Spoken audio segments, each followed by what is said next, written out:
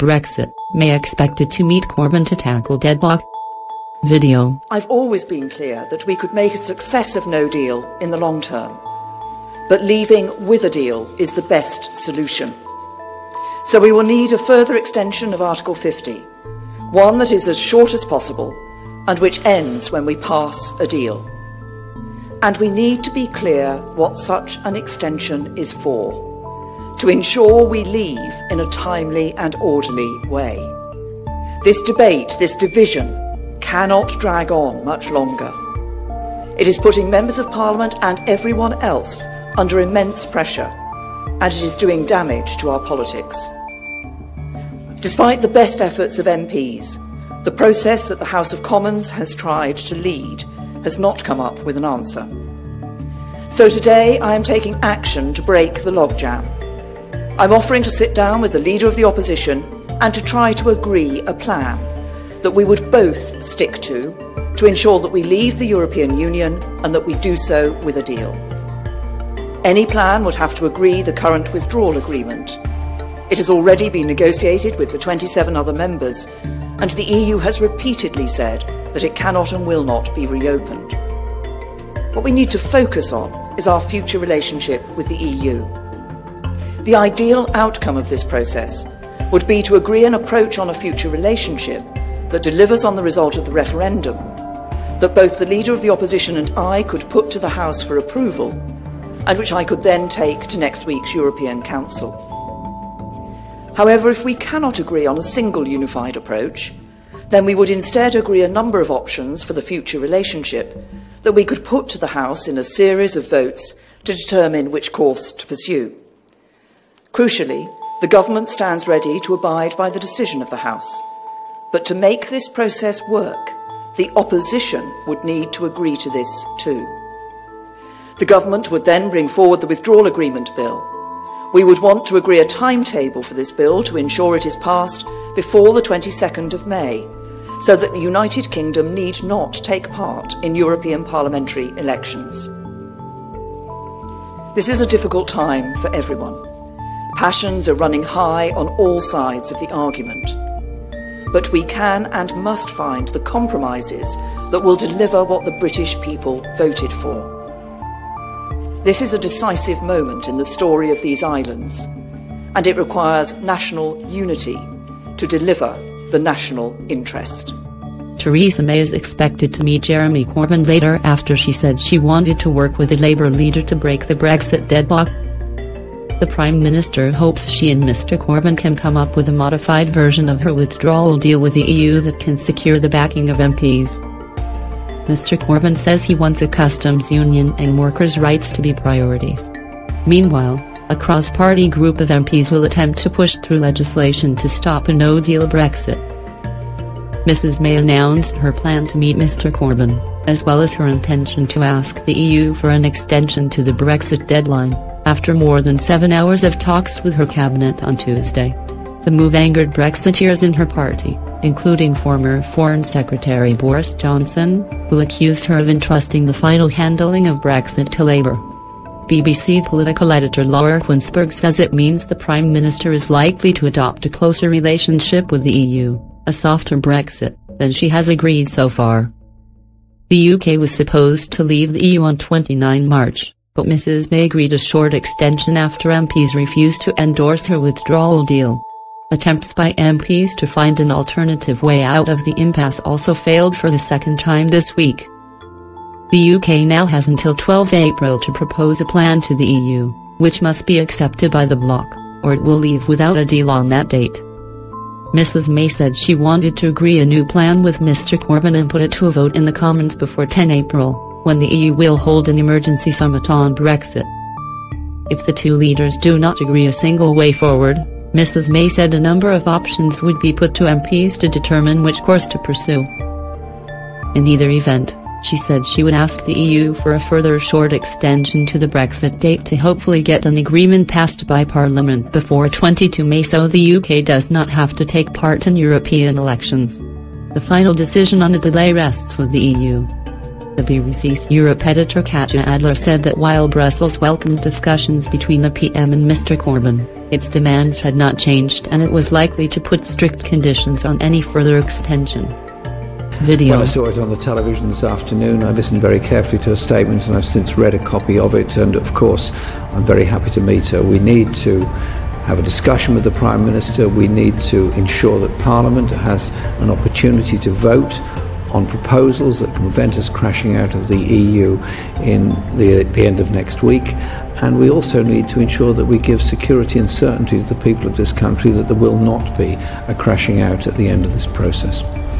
What will your negotiating position be when you meet the Prime Minister? What will you be demanding of her? We've put forward our proposals, which are to ensure there is a customs union with the European Union, that there is access to those markets, and above all, there's protections of our standards of consumer, environmental and of course workers' rights. And we'll ensure that those are there on the table so that there is no danger of crashing out. But we're also very clear that there has to be an absolute guarantee that the Good Friday Agreement maintains, so we continue with the process of peace in Northern Ireland. Would you be willing to meet the Prime Minister somewhere in the middle, perhaps around a customs union, a simpler solution rather than the extra guarantees that you want? We voted for a customs union in the House yesterday. It narrowly lost. We understand the importance of it because that helps to maintain trade. We will meet the Prime Minister. We recognise that she has made a move. I recognise my responsibility to represent the people that supported Labour in the last election and the people who didn't support Labour but nevertheless want certainty and security for their own future. And that's the basis on which we will meet her, and we'll have those discussions, and proposals will be put to Parliament, I understand, early next week, so that we can avoid crashing out at the end of next week and we can guarantee the protection of those jobs and that trade in the future. So it sounds as if you are in a compromising mood, potentially. I have been meeting MPs from all parties over the last couple of weeks, long discussions with a lot of colleagues, and it's been a very interesting process. And yes, there is some common ground, there are some areas that it's very difficult to agree on, but the principles have to be, as I've set out, that however people voted in the referendum in 2016, whether they voted Remain or they voted Leave, they didn't vote for lower living standards, they didn't vote to lose their jobs, and actually there's far more that unites people on both sides about the kind of society we can be than divides them. Mr Corbyn said he was very happy to meet Mrs May and recognised his own responsibility to try to break the deadlock. Labour has previously said it has 6 tests for judging any final Brexit deal, including protecting workers' rights, establishing a permanent customs union with the EU and securing the same benefits of being in the single market the UK has currently. She was for budging. The Prime Minister has made her priority leaving the EU with a deal, rather than the happy contentment of the Brexiteers in the Tory party. For so long, Theresa May has been derided by her rivals, inside and outside, for cleaving to the idea that she can get the country and her party through this process intact. But after her deal was defeated at the hands of Eurosceptics, in the words of one cabinet minister in the room during that marathon session today, she tried delivering Brexit with Tory votes. Tory Brexiteers said no. Now she's going to try to deliver Brexit with Labour votes? In a way, it is as simple as that. Read Laura's full blog here. The offer of talks with the Labour leader provoked a backlash among Brexiteers, with Boris Johnson saying Brexit was becoming soft to the point of disintegration. Jacob Rees-Mogg added, "To decide you'd rather be supported by a Marxist than by your own party is unwise." Northern Ireland's Democratic Unionist Party, which helps prop up Mrs May's government but has repeatedly voted against her deal, said, "It remains to be seen if subcontracting out the future of Brexit to Jeremy Corbyn, someone whom the Conservatives have demonised for 4 years, will end happily." However, Environment Secretary Michael Gove, himself a leading Brexiteer, said he backed the talks with Labour because he wanted to ensure that minds are concentrated so that we do leave. After Mrs May's statement, the President of the European Council, Donald Tusk, called for patience. European leaders have been intensifying plans to cope with a possible no deal, particularly surrounding the border between Northern Ireland and the Republic of Ireland. Video. Well, I think it's very disappointing that the Brexit process has now been entrusted to Jeremy Corbyn and the Labour Party, and I think that the result will almost certainly be, if Corbyn gets his way, that we remain in the customs union, so that we can't control our trade policy. The huge areas of lawmaking we can't control. And Brexit is becoming soft to the point of disintegration. We could be moving into a position where Parliament, where the majority in the House of Commons calls the shots. What would you say to that?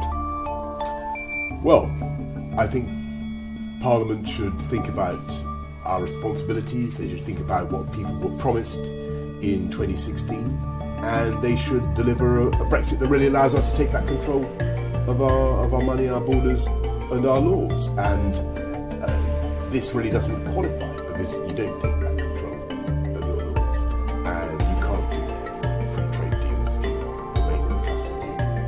And I think that people will feel very shortchanged, and they will be bitterly disappointed. It can't last.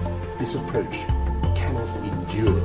You cannot expect the 5th biggest economy in the world to come out of the EU and remain run by the EU. It's just not democratically sustainable.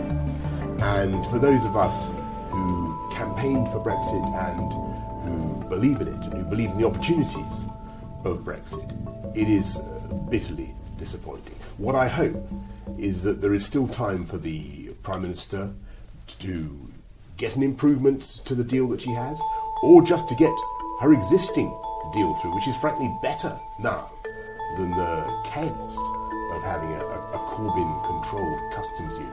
Meanwhile, backbench MPs have tabled a bill to try to stop the UK leaving the EU without a deal on 12 April. If passed into law, the bill, presented by Labour MP Yvette Cooper, would require the PM to ask for an extension of Article 50 beyond that deadline. Normally, the government chooses which bills to present to Parliament, but MPs previously voted to allow backbenchers to take charge of business in the Commons on Wednesday, meaning Ms Cooper can bring hers. Please upgrade your browser. Your guide to Brexit jargon. Use the list below or select a button.